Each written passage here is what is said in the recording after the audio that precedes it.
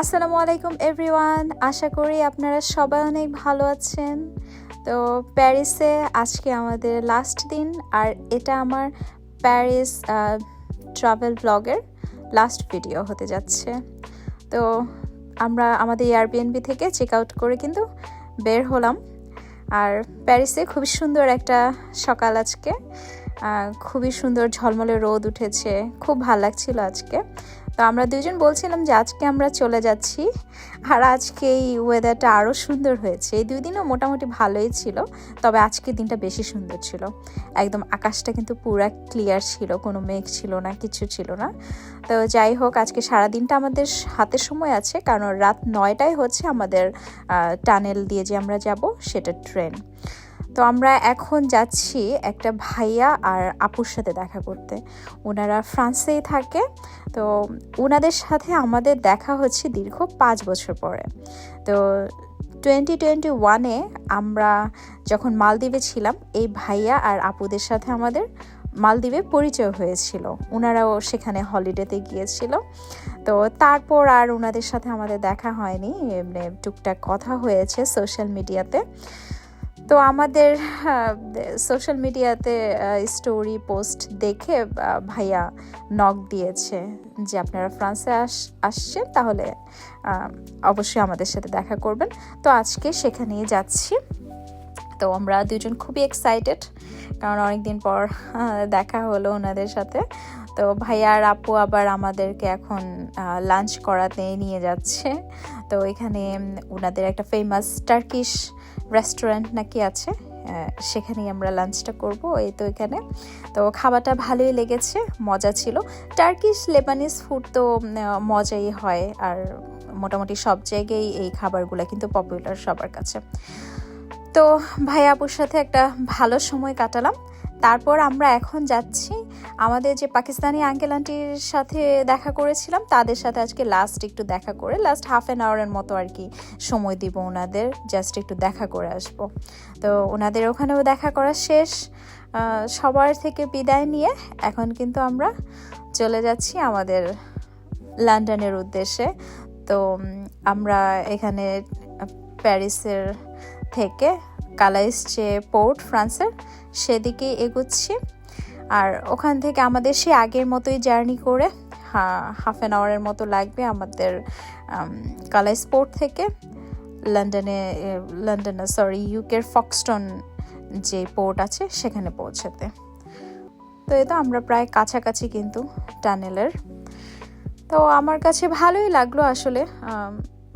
ফ্রান্সে আমরা ঘুরলাম, প্যারিসে যে 4টা দিন আমরা কাটালাম, আলহামদুলিল্লাহ খুব ভালো একটা সময় আমাদের কেটেছে। আর সব মিলিয়ে আমি রেকমেন্ড করব, আপনারা যারা এখনও প্যারিসে যাননি অবশ্যই প্যারিসটা ঘুরে দেখে আসতে পারেন, ভালো লাগবে।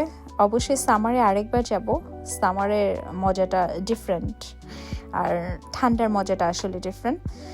তো এই তো আমরা পোর্টে চলে এসেছি। এখন ওই তো আমাদের ট্রেন দেখা যাচ্ছে, এখান দিয়ে যে আমরা নামছি, আমার লেফটেই কিন্তু ট্রেন দেখতে পারবেন, একদম বড়, যেটা হচ্ছে এরকম গাড়ি ক্যারি করার ট্রেন। ডান দিকে একটা ট্রেন দেখা যাচ্ছে, এই যে এটা, আর বাম দিকে আরেকটা। তো আমাদের গাড়ির লাইনটা কিন্তু বাম দিকে ট্রেনটাতে যেই এখন উঠবে।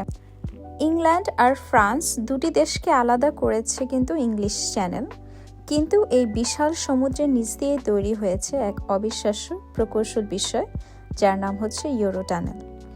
ইউরো টানেল, যাকে চ্যানেল টানেল নামেও ডাকা হয়, সমুদ্রের নিচ দিয়ে যুক্ত করেছে যুক্তরাজ্য ও ফ্রান্সকে। এই টানেলের মোট দৈর্ঘ্য কিন্তু প্রায় 50 কিলোমিটার, যার বেশিরভাগ অংশ, যেমন প্রায় 38 কিলোমিটারের অংশ কিন্তু সমুদ্রের নিচে অবস্থিত। এই ইউরো টানেলের ভেতরে 3টি আলাদা টানেল রয়েছে, 2টি ট্রেন চলাচলের জন্য এবং একটি সার্ভিস ও জরুরি ব্যবহারের জন্য। ইউরো টানেলের মাধ্যমে যাত্রীবাহী ট্রেন এবং গাড়ি বহনকারী শাটল ট্রেন চলাচল করে। এর ফলে লন্ডন থেকে প্যারিস বা ব্রাসেলসের মতো শহরে খুব অল্প সময়ে যাতায়াত করা সম্ভব হয়েছে। 1994 সালে ইউরো টানেল আনুষ্ঠানিকভাবে চালু হয়। এই টানেল ইউরোপ ও যুক্তরাজ্যের মধ্যে বাণিজ্য, পর্যটন ও যোগাযোগ ব্যবস্থাকে আরও দ্রুত ও সহজ করেছে। তো আমরা তেমনই আজকে যাচ্ছি শাটল ট্রেনে করে, যেটা কিনা যাত্রীবাহী গাড়ি পরিবহন করে আমাদেরকে কালাইস পোর্ট থেকে নিয়ে যাবে লন্ডনের পোর্টে। তো আমরা উঠে বসে পড়লাম। এখন এটা পুরো পানি নিচ দিয়ে যাবে এবং আমাদের ইউকেতে পৌঁছাতে কিন্তু আর বেশিক্ষণ সময় নেই। তো দেখতে দেখতে হাফ অ্যান আওয়ার পরে আমরা কিন্তু চলে এসেছি আমাদের ইউকেতে। এখানে ইমিগ্রেশনও কিন্তু ছিল, আমাদের পাসপোর্ট দেখে স্টাম্প করে এরপর আমাদের ছেড়ে দিল। এখন আমরা এক্সিটের দিকে যাচ্ছি। আমরা হাইওয়েতে উঠলেই কিন্তু আমাদের বাসায় যেতে প্রায় 1 ঘন্টার মতো সময় লাগবে।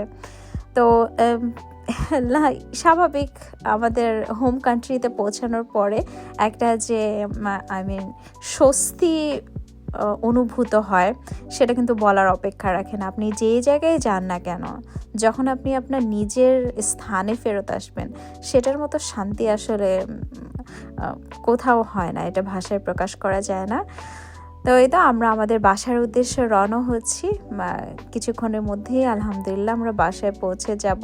তো এখানে লন্ডন লেখাটা দেখেই কিন্তু খুব ভালো লাগছিল যে ফাইনালি আমরা পৌঁছে গিয়েছি আমাদের লন্ডনে। তো এই তো বাসায় চলে এসেছি 4 দিন পরে।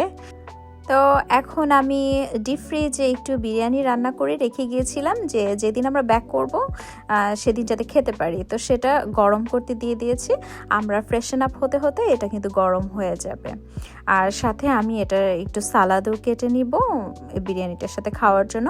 তো আশা করি আমার ভিডিওটা আপনাদের ভালো লেগেছে। ভালো লেগে থাকলে অবশ্যই আমার চ্যানেলটি সাবস্ক্রাইব করতে ভুলবেন না। আর সবাই খুব বেশি ভালো থাকবেন। ধন্যবাদ সবাইকে।